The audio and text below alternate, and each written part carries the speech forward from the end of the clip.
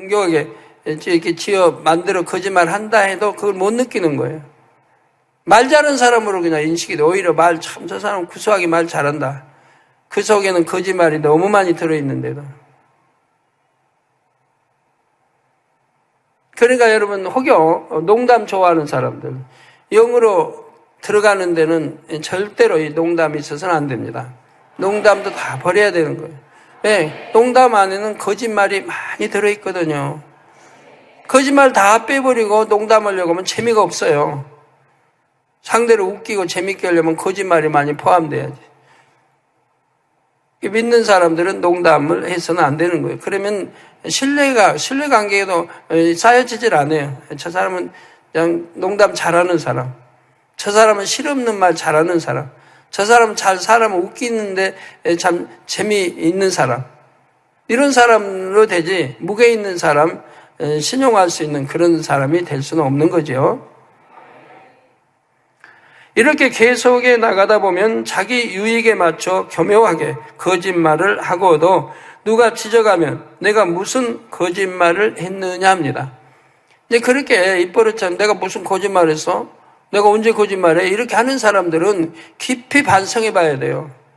내가 거짓의 뿌리가 얼마나 내게 깊이 박혀 있다는 것을 깨달아야 됩니다. 깨닫고 그래야 빼내버릴 수가 있죠. 또 자꾸 짜증을 내는 것이 습관이 되면 짜증을 내면서도 모릅니다. 자꾸 짜증내는 사람들은 얼굴에 그냥 상이 박히거든요. 짜증내는 상이 박혀요. 짜증내는 주름이 생겨요. 그러면 그 주름 없애려고 뭐 그냥 이거 마사지약 한다고 두터워진 주름이 없어져요? 어떻게 없앨까요? 짜증부터 고쳐요. 웃는 얼굴로. 짜증이 아니라 웃는 얼굴로 하면 고쳐집니다. 어떤 사람 눈꼬리가 아주 치솟은 사람 있죠? 양쪽 눈꼬리가 좀 무섭게 보이는 사람. 나는 뭐 장수감이고 무섭게 보이는 게 좋다면 몰라도 나 이거 좀 순하게 온유하게 보이고 싶다면 온유하게 바뀌면 돼요. 순하고 온유하게 공손하게 이게 바뀌면 눈꼬리도 내려옵니다. 나는 그냥 할 말을 했을 뿐이라고 합니다. 짜증을 내고 이렇게 하면서도 나는 할 말을 했다. 그래서 성결을 사모하는 여러분은 진리만 보고 진리만 듣고 진리만 생각하라고 단에서 누누이 당부드리는 것입니다. 특히 우리 학생들이나 청년들에게 세상 것들을 끊고 영의 것만 취하라고 늘 부탁드리는 이유도 바로 여기에 있고요. 여러분이 어차피 영에 대해서 이제 배웠고 알고 영으로 들어와야 되는데 영으로 난 들어가지 않고 그냥 신앙생활하다 천국 가면 안 돼요? 안 될 거 없죠. 돼요. 그런데요, 위험천만이에요. 위험천만. 영으로 들어오지 않고 신앙생활하면 항상 불안정해요. 내가 언제 미혹받을지, 언제 죄 지을지, 언제 육체일 행할지, 사망일은 죄 지을지 항상 불안해요. 미혹받을 수 있으니까요. 내가 섰다 하면 넘어질까 조심하라. 바로 내가 믿는다 하지만 그것이 온전치를 못해요. 참 마음이 되고 온전한 믿음이 돼야 되거든요. 그러기 전까지는 내가 믿음에 내가 섰다 해도 조심해. 언제 넘어질지 몰라요. 언제 미혹받을지 모르고 언제 죄 지을지 몰라요. 그리고 잘한다고 해도 기껏 좋은 데 가야 2,000층 아니에요? 잘못하면 1,000층. 아니면 그것도 아닌 낙원에 떨어질 수도 있는 것이고 낙원도 아닌 그만 아차상도 못 받고 저 깊은 구렁으로 지옥으로 떨어질 수도 있는 거예요. 그렇게 위험한 신앙생활을 왜 해야 됩니까? 뭐 좋은 게 있는데 아주 좋은 게 있는데 왜 그 나쁜 거를 취해가야 됩니까? 그런 바보가 어디 있겠어요? 학교 다니는 학생들이 공부 잘하면 좋은 학교 가는 줄 아는데 불효 공부 안 할 학생이 어디 있어요? 노력하다 안 되는 건 뭐지만 노력하다 안 돼도 중간은 가고 안 돼도 가긴 가는데 아예 노력도 않고 안 하면은 뭐 한글도 못 읽을 수 있죠. 영어 간판도 못 읽을 수 있잖아요. 자, 어릴 때부터 진리를 잘 몰라서 만들어 온 결례를 부지런히 찾아서 고치기에도 바쁩니다. 이제 진리를 알았는데 굳이 세상 것을 취하고 죄악을 받아들이며 새로운 결례를 만들 이유가 없지 않습니까?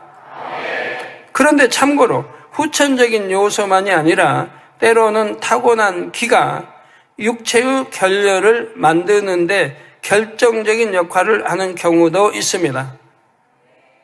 타고난 기 속에요. 한 분의 예를 설명했지요. 이분은 타고난 기 때문에 부정적인 사고를 하는데 이 부정적인 사고가 결례를 만들어서 늘 자신이 더 잘하지 못한 데 대해 민망하고 죄송한 마음이 너무 컸습니다. 어린아이 같은 마음으로 단순하고 순수하게 믿음을 내보여야 할 때도 눌려있는 마음 속에서 그러지를 못했지요.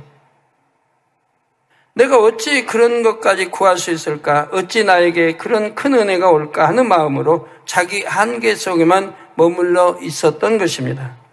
이런 부정적인 사고의 결례가 더 큰 믿음을 갖지 못하게 하고 영으로 들어가는 것을 방해할 수가 있지요. 이렇게 기적인 영향으로 생긴 결례라 해도 발견하고 깨달은 대로 생각과 마음을 바꿔 나가면 채울 수가 있습니다.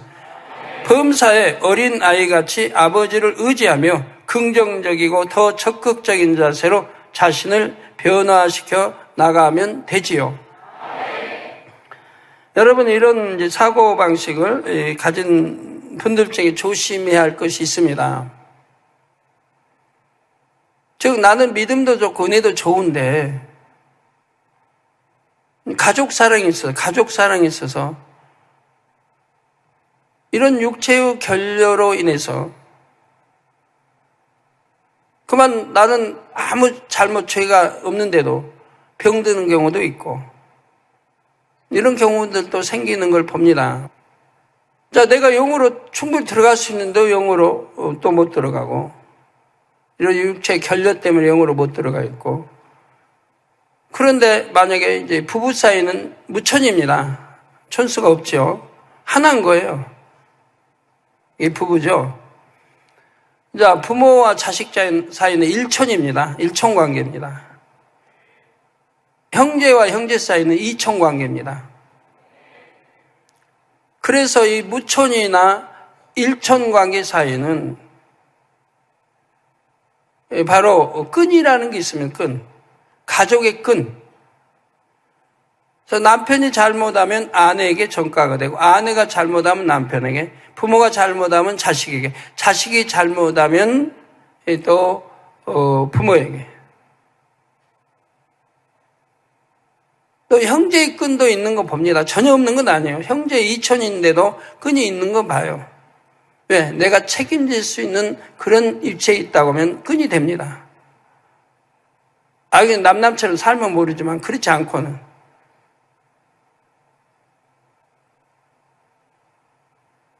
예를 들어 할아버지와 손주 사이, 이도 끈이 되게요. 이천인데.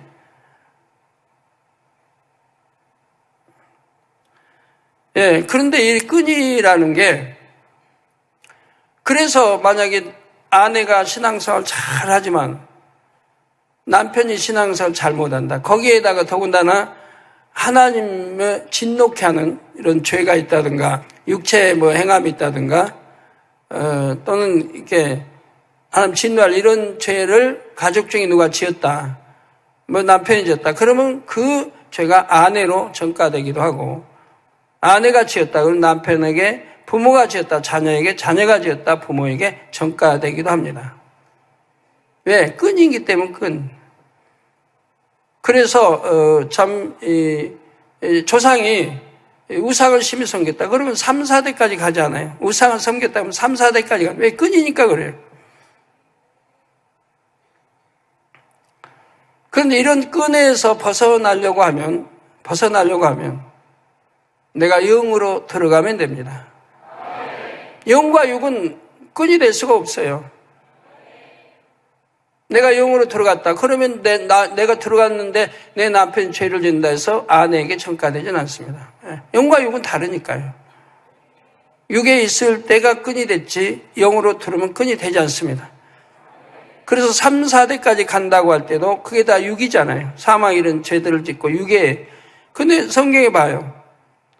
내 신앙이 하나님 사랑하고 똑바르면 그런 것이 내게 아무 관련이 되지 않는다고 분명히 나와 있죠. 아무 그런 관련, 내가 신앙생활 잘 믿고 잘 살아봐요. 잘 섬기고 해봐요. 그러면 3, 4대 끈이 간다. 이런 것들하고는 상관이 없어진다 이 말이에요.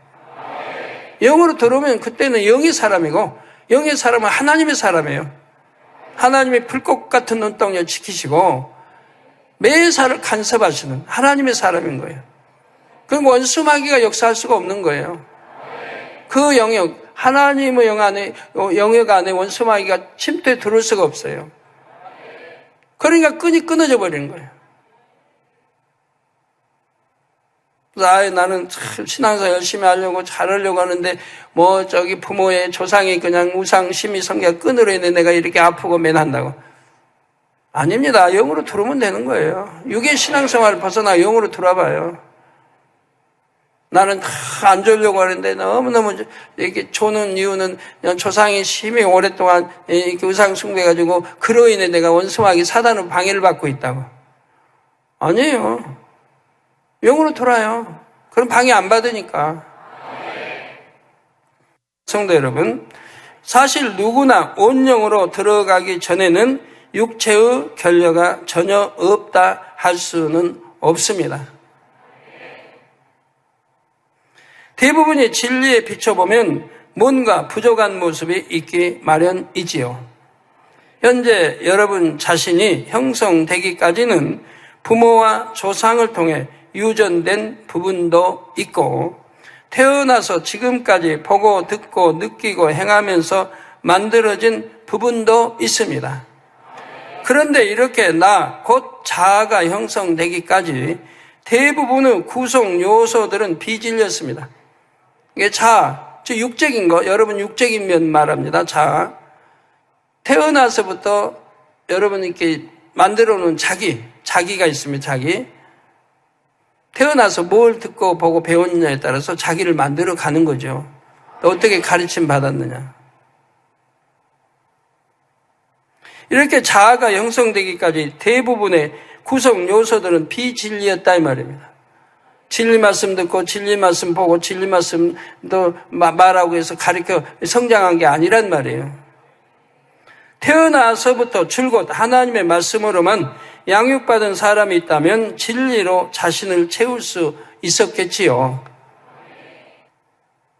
그러나 그런 사람이 누가 있겠습니까? 찾아보기 어렵죠.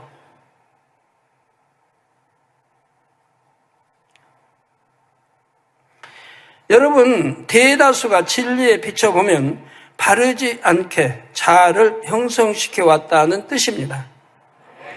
그렇게 만들어온 여러분 안에는 명백하게 드러나는 죄악들도 있고 나름대로 옳다고 여김으로 깨트리기 어려운 자기 의와 틀도 있습니다.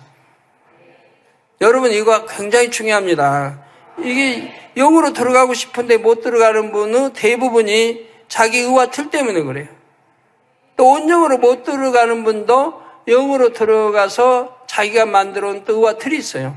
또 이것 때문에 온영으로 못 들어가고요. 기도하시면서, 다혈적 기도하시면서 그런 것들을 발견해요. 내게 하나님 앞에 합하지 못한 의와 틀이 무엇인가를 발견해서 깨트리면 되는 거죠. 발견만 하면 깨트리는 건 쉬워요. 어떤 사람은 선의 의와 틀로 만들어진 사람이에요. 선하게만 사는, 악은 없어요. 그러니까 선으로 자기 의와 틀을 만들어서 사는 사람이 있어요.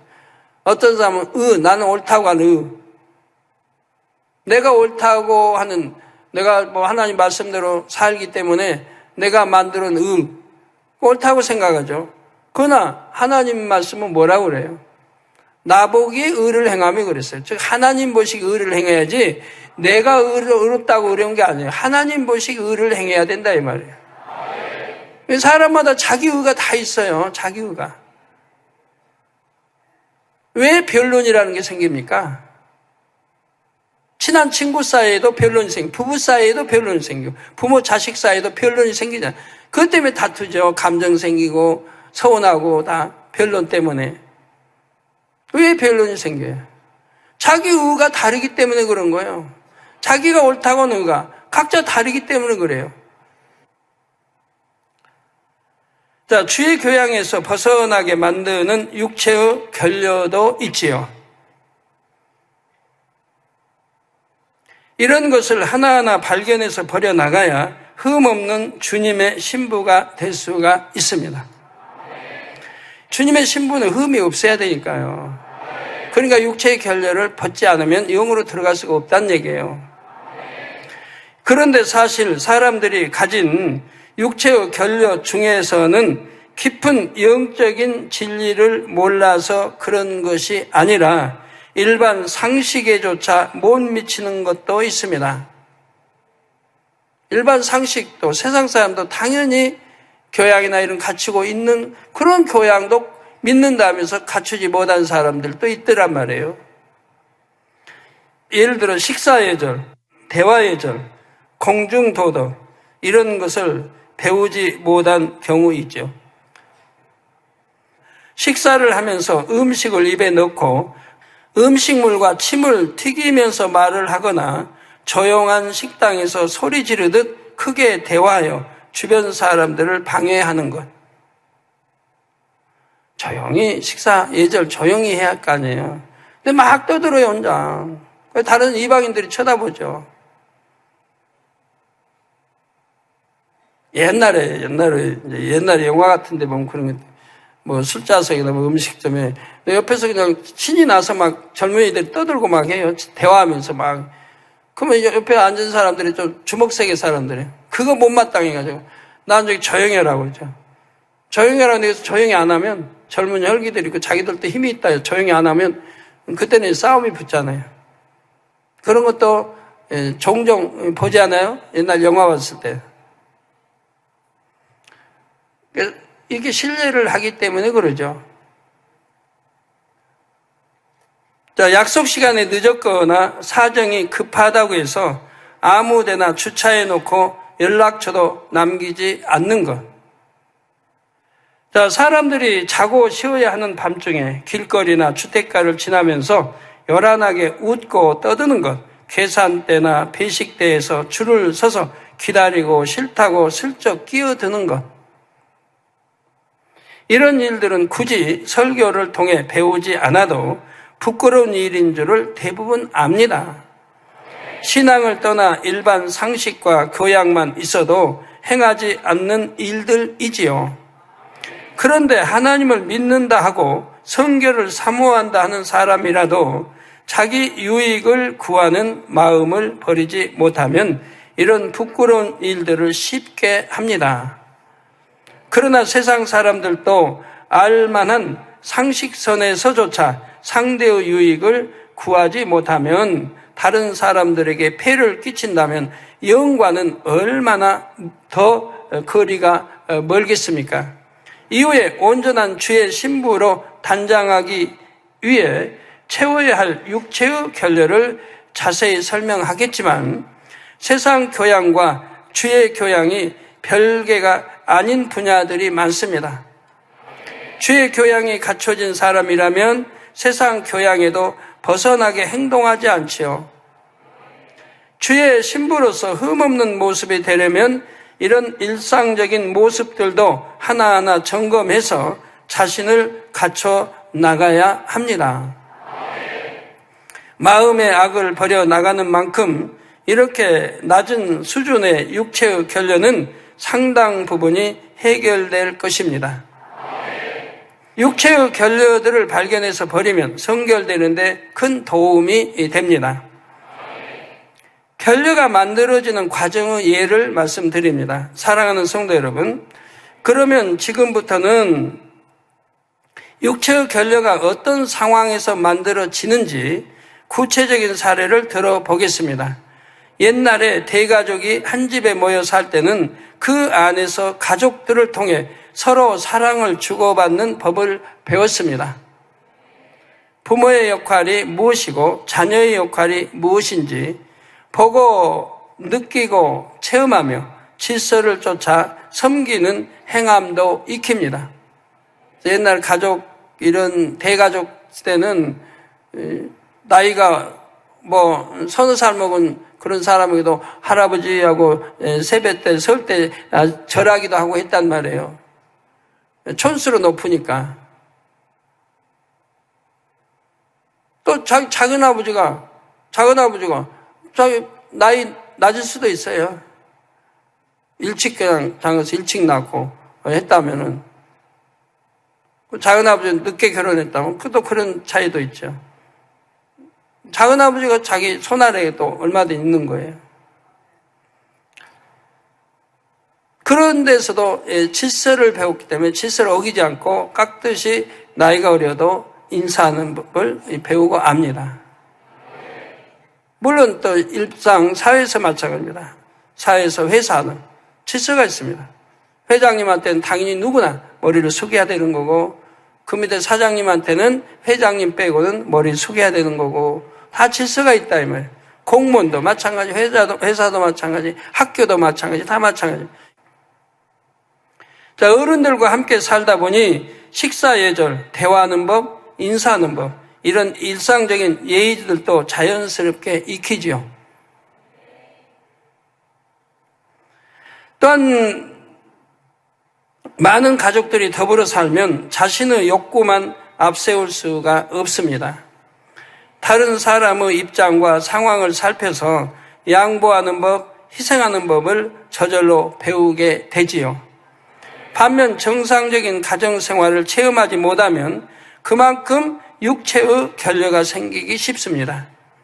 예를 들어 매일 부모가 심하게 다투는 가정에서 성장했거나 어릴 때 부모에게서 버림받기도 하고 불우한 환경과 학대 속에 자란 사람도 있습니다. 또 부모가 이혼했다든가 이런 경우도 있고요. 안정된 가정에서의 사랑과 신뢰를 체험하지 못하고 두려움과 고통 속에 자라면 불안정한 성품과 부정적인 사고를 갖기 쉽습니다. 다른 사람을 신뢰하거나 마음을 주고받는 것이 익숙하지 않고 대인관계에 어려움을 느끼기도 합니다. 이게 많은 사람과 더불어 가질 못해요. 부모가 혈기내는 모습을 보면서 자란 자녀는 그런 모습을 싫어하면서도 따라하는 경우가 많습니다. 그러니까 아주 혹독한 시어머니 밑에서 이렇게 배운 며느님 되신 분들은 그렇게 생각한단 말이에요. 내가 시어머니 되면 내 또 다음 며느리에게는 잘해줘야겠다. 그렇게 말한대요. 그런데 막상 시어머니가 되면 더 무서운 시어머니가 된다고 그런 말들 하죠. 요즘엔 그런 말 안 하지만 옛날 80년대 이전 말입니다. 그때는 그렇게 썼다 이 말이에요. 더 무서운 시어머니가 된다고. 감정을 잘 조절하지 못하고 폭력적인 행동이 돌발적으로 또 나오는 것입니다. 결여의 정도가 심할 때는 잔인한 심성을 갖게 되어 동물을 학대하기도 하고 양심의 가책 없이 중한 죄를 짓기도 합니다.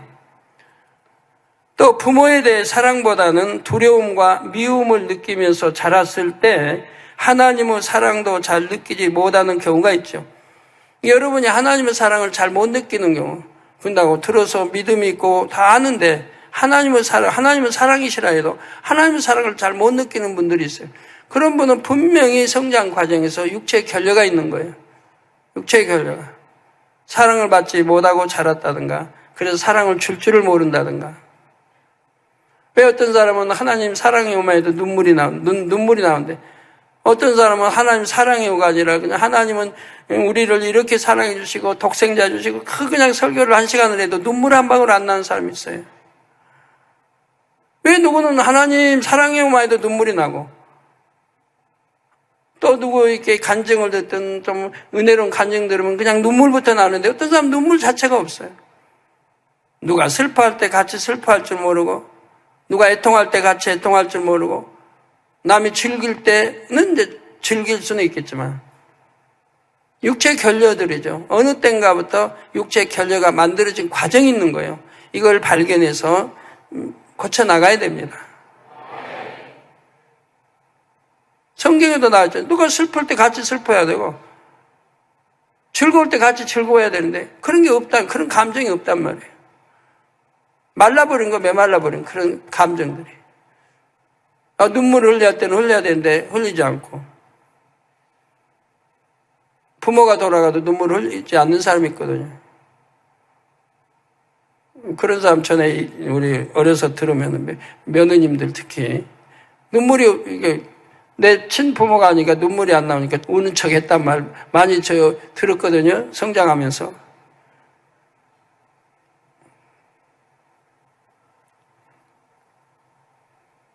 근데 이 감성이 풍부하고 눈물, 슬픔 이런 거를 잘 그렇게 결려가 안 되는 사람들. 이웃집에 조상이 나도 울어요. 이웃집에 슬픈 일을 당해도 울어요. 이웃집에 불행을 당해도 같이 울어줘요. 그게 정상인 거 아니에요?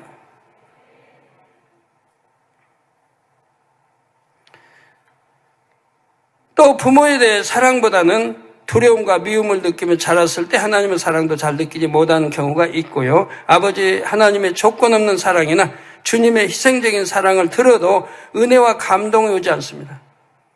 그리고 특히 내가 이 세상을 모질게 살아간 사람, 예를 들어 자수성가했다든가 너무 어려움 속에 내가 노력해서, 피나는 노력해서 이런 생존 경기 이기고 하여튼 자수성가해서 흔하게 이렇게 성장한 사람 중에 또 이런 육체의 결려들이 있는 사람들이 있어요. 오직 내가 이겨야 되고, 승리해야 되고, 경쟁에서 당연히 이겨야 되고, 상대를 배려하지 않아요. 나만 이기면 되고, 승리하면 되고, 성공하면 되고, 더불어 사는 세상인데 그렇단 말이에요. 그렇게 또 육체 결려가 있습니다. 이렇게 성장하면, 그래서 자수성가한 사람은 그런 피눈물난 노력 속에 자수성가했는데 그 안에 사랑이나 이런 게 없게 이렇게 자수성가하면은 은혜도 모르고 사랑도 모르게 해버리면 그런 결려들이 따르게 되죠. 그래서 주님의 희생적인 사랑을 들어도 은혜와 감동이 오지를 않는단 말이에요. 또 죄를 너무너무 악한 죄를 많이 짓다 보면 또 그런 육체 결려야 그건 뭐 심하게 오는 거고요.